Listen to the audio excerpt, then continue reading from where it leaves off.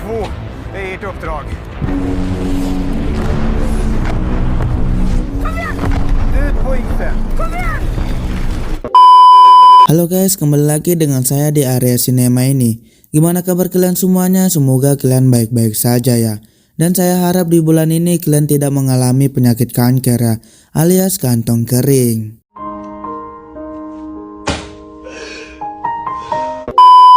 Jadi di video kali ini, saya akan mereview film menarik berhubungan dengan drama dan laga, yaitu berjudul Black Crab tahun 2022. Film ini berlatar belakang dunia pasca apokaliptik yang hancur lebur karena peperangan tak kunjung usai.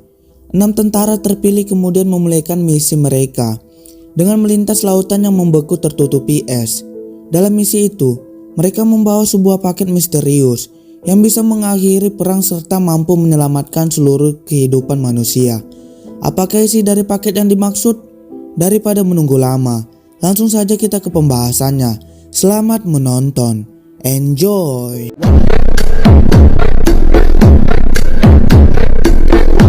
Di awal film kita dijumpai dengan seorang ibu dan anak bernama Caroline Ed dan anaknya bernama Vanza di dalam mobil yang sedang mengalami kemacetan di sebuah terowongan.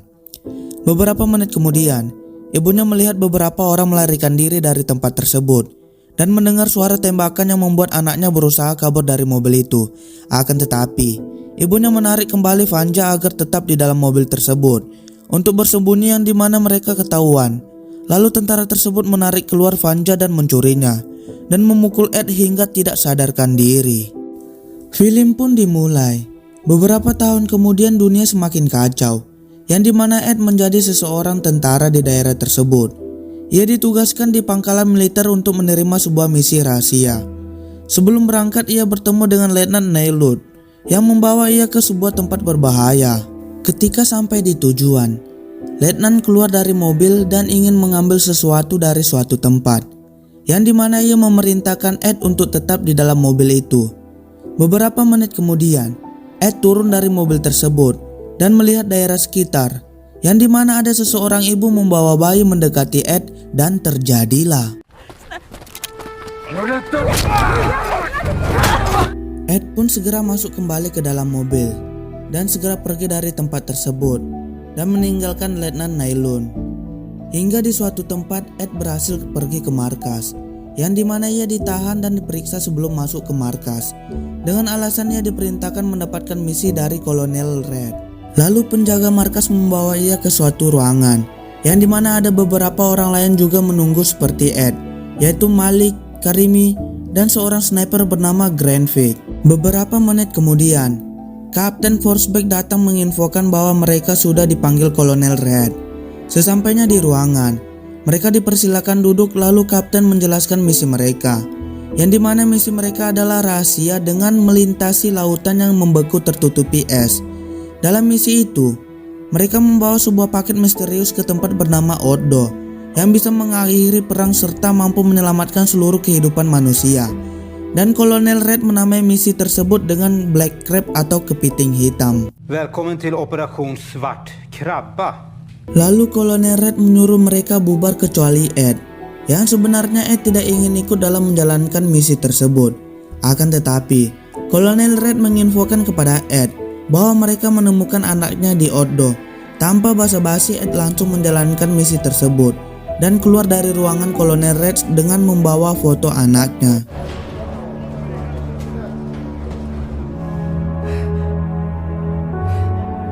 Ketika mereka semua di dalam ruangan, beberapa menit kemudian sang kapten datang dengan membawa seluruh alat peralatan mereka untuk persiapan menjalankan misi mereka. Lalu Kapten Forsberg menginfokan agar mereka segera beristirahat, dikarenakan besok pagi sebelum senja mereka akan berangkat untuk melaksanakan misi mereka. Di tengah malam ketika mereka tidur, ruangan mereka bergoyang, yang ternyata musuh menyerang mereka. Mereka pun persiapan dan keluar dari ruangan tersebut dan kabur ke arah timur dermaga, yang dimana ia jumpa dengan Kolonel Red dan Letnan Nailun. Kemudian Kolonel Red memberikan 2 benda kepada tim Black Crab dengan perintah barang tersebut jangan dibuka dan jangan sampai jatuh ke tangan musuh. Lalu menyuruh Letnan Nailun ikut bersama mereka untuk melengkapi tim mereka. Sesampainya di bawah, mereka satu persatu menggunakan sepatu es untuk berseluncur ke daerah musuh. Selama di perjalanan, mereka berhenti sejenak di es tersebut dan melihat sekitar ataupun situasi. Kapten mengabarkan tersisa 5,5 km lagi menuju Bas Tolmen dan menginap malam di sana. Ketika mereka akan melanjutkan perjalanan lagi, sangat disayangkan, es tersebut retak dan terjadilah. Mereka pun tiarap dan tanpa mikir panjang Ed melepaskan aksesoris di badannya dan langsung menyebur ke dalam es tersebut. Lalu segera mengambil pisau dan mengambil benda penting itu dan meninggalkan sang kapten tenggelam. Hingga di suatu tempat rumah yang kosong, mereka pun singgah untuk menghangatkan Ed. Dan Malik segera membuat api unggun untuk menghangatkan badannya Ed. Ketika mereka sedang tertidur, Ed terbangun dan mendengarkan suara dari luar rumah, yang ternyata itu adalah helikopter menuju mereka, dan melihat Karimi sedang menggunakan radio. Mereka pun bergegas segera keluar dari rumah tersebut dan mencari tempat persembunyian yang tepat. Tidak lama kemudian, helikopter itu menghancurkan rumah tersebut dan Ed menodongkan senjata ke Karimi. Ed berpikir Karimi berkomunikasi dengan musuh, yang ternyata Karimi hanya mencoba menghubungi pacarnya di unit komunikasi F28 dan memastikan dia selamat atau tidak. Akhirnya mereka memberikan kesempatan kepada Karimi dengan tidak memberikan sama sekali Karimi memegang senjata. Kemudian mereka bergegas melanjutkan perjalanan menuju Odo, yang dimana mereka tersisa 5 lagi. Hingga malam tiba, Karimi terpeleset dan terjatuh ke dataran es dan melihat orang yang telah membeku di dalam es tersebut.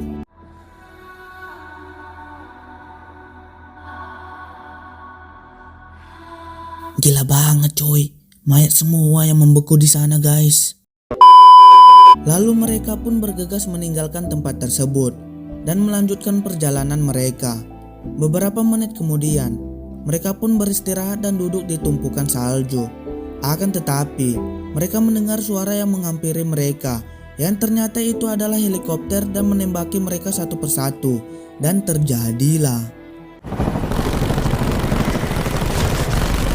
Ed berhasil bersembunyi di bawah jembatan kayu. Granvik, Malik, dan yang lainnya selamat lalu menghampiri Ed.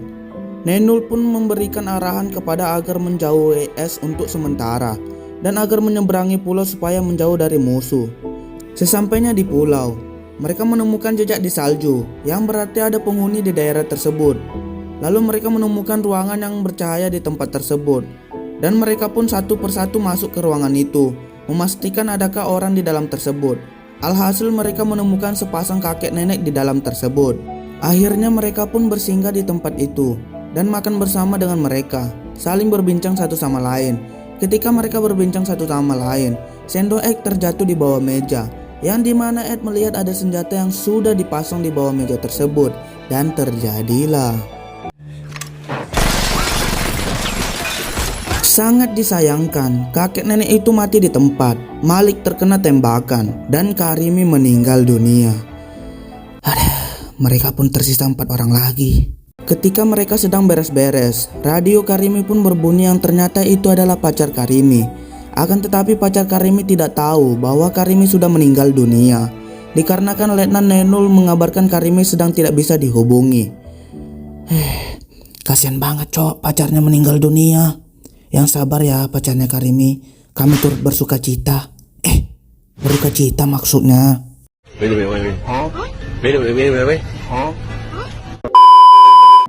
Lalu Nenul memerintahkan mereka agar mengambil makanan dan minuman di ruangan itu dan berangkat 3 menit lagi menuju lokasi tujuan mereka.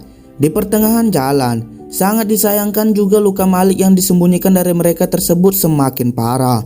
Ketika mereka ingin mengobati luka Malik, Malik masih keras kepala untuk tidak diobati dan melanjutkan perjalanan mereka. Di tengah perjalanan, mereka menemukan kapal pesiar yang sudah rusak.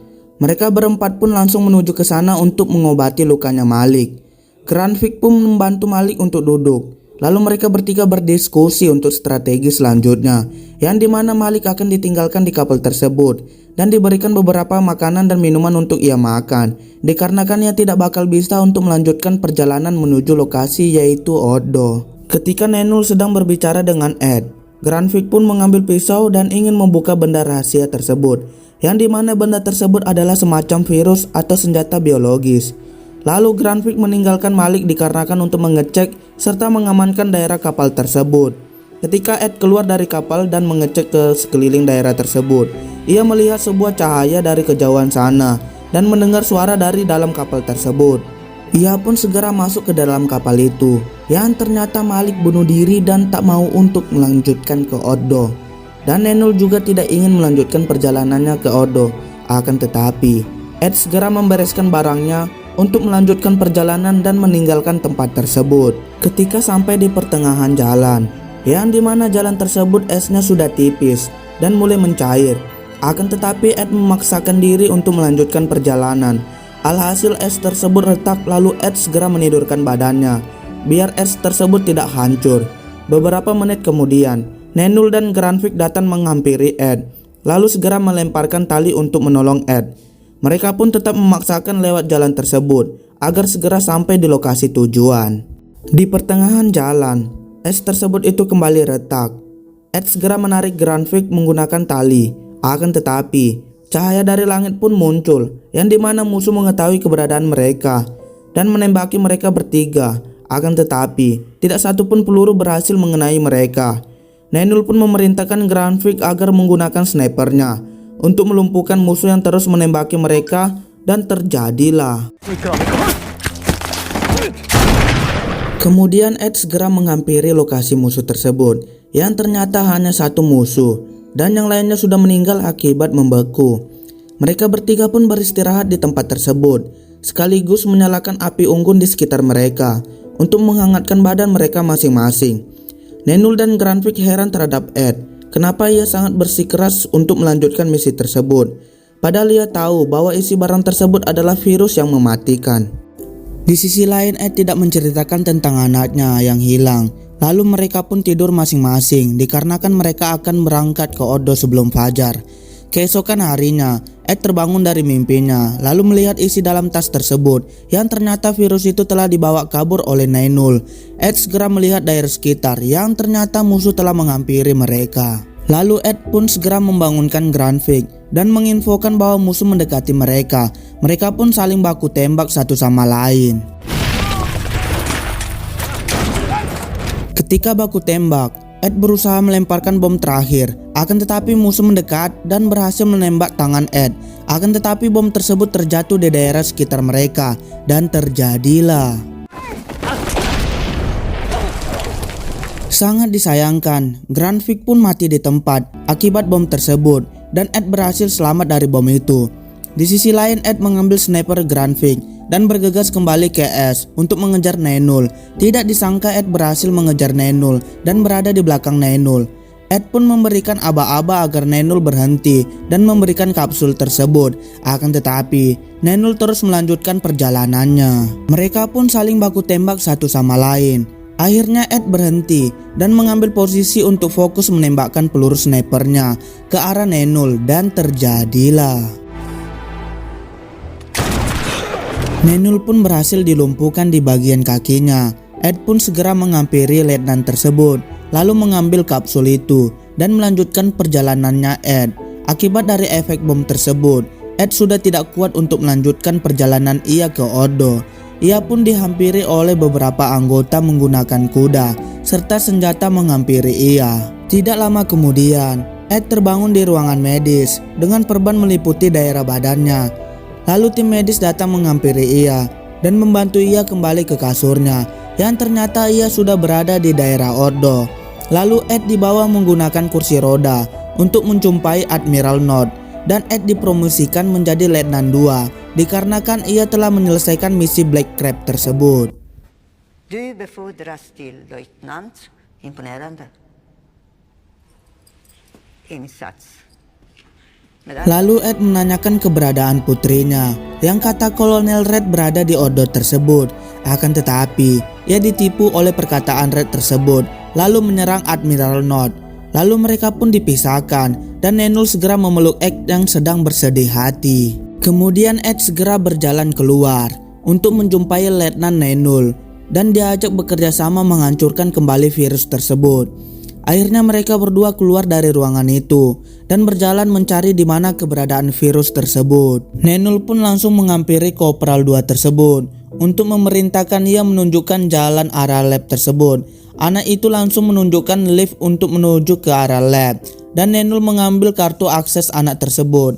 Sesampainya di pintu menuju jalan lab, ada penjaga 2 orang yang menahan mereka dan menyuruh mereka kembali ke ruangan tersebut. Akan tetapi Ed langsung membunuh dan menembak 2 penjaga tersebut. Mereka pun langsung masuk ke dalam lab dan menodongkan senjata ke anggota tersebut agar mereka menunjukkan di mana keberadaan kapsul tersebut. Alhasil pria tersebut menunjukkan jalan keberadaan kapsul itu. Lalu Ed segera mengambilnya. Ketika Ed ingin meledakkannya, pria di lab itu menginfokan kepada Ed bahwa jika ia meledakkan di tempat itu juga, seluruh markas akan terinfeksi dan menunjukkan alarm evakuasi untuk diledakkan di luar ruangan atau jauh dari manusia yang lainnya. Nenul langsung menekan alarm tersebut dan mereka berdua langsung menggunakan seragam lab tersebut untuk memanipulasi supaya mereka tidak ketahuan. Mereka pun berhasil keluar dari ruangan itu dan Nenul segera mencari kursi untuk 2 orang di dalam helikopter. Akan tetapi anggota lainnya berhasil menemukan Ed yang sedang terduduk. Ketika Admiral mendatangi Ed langsung menarik granat tersebut yang telah tertempel 2 kapsul virus itu. Lalu Ed berdiri dan menyuruh Nenul segera pergi naik helikopter dan meninggalkan Ed. Ed juga perlahan demi perlahan menuju jurang. Perkataan Laksamana tersebut juga dihiraukannya. Sangat disayangkan, Ed pun terjun dari atas tersebut dan terjadilah. Film pun berakhir. Hikmah yang kita dapat dari film tersebut adalah jangan bunuh diri ya guys, karena bunuh diri bukan jalan yang terbaik ataupun jalan keluarnya. #Arya Teguh. Gimana guys, seru nggak filmnya? Jika kalian penasaran dan ingin menonton fullnya, kalian bisa searching di Google ya. Mungkin segitu aja video kali ini. Jika ada saran film lainnya, kalian bisa komen di kolom komentar. See you next time.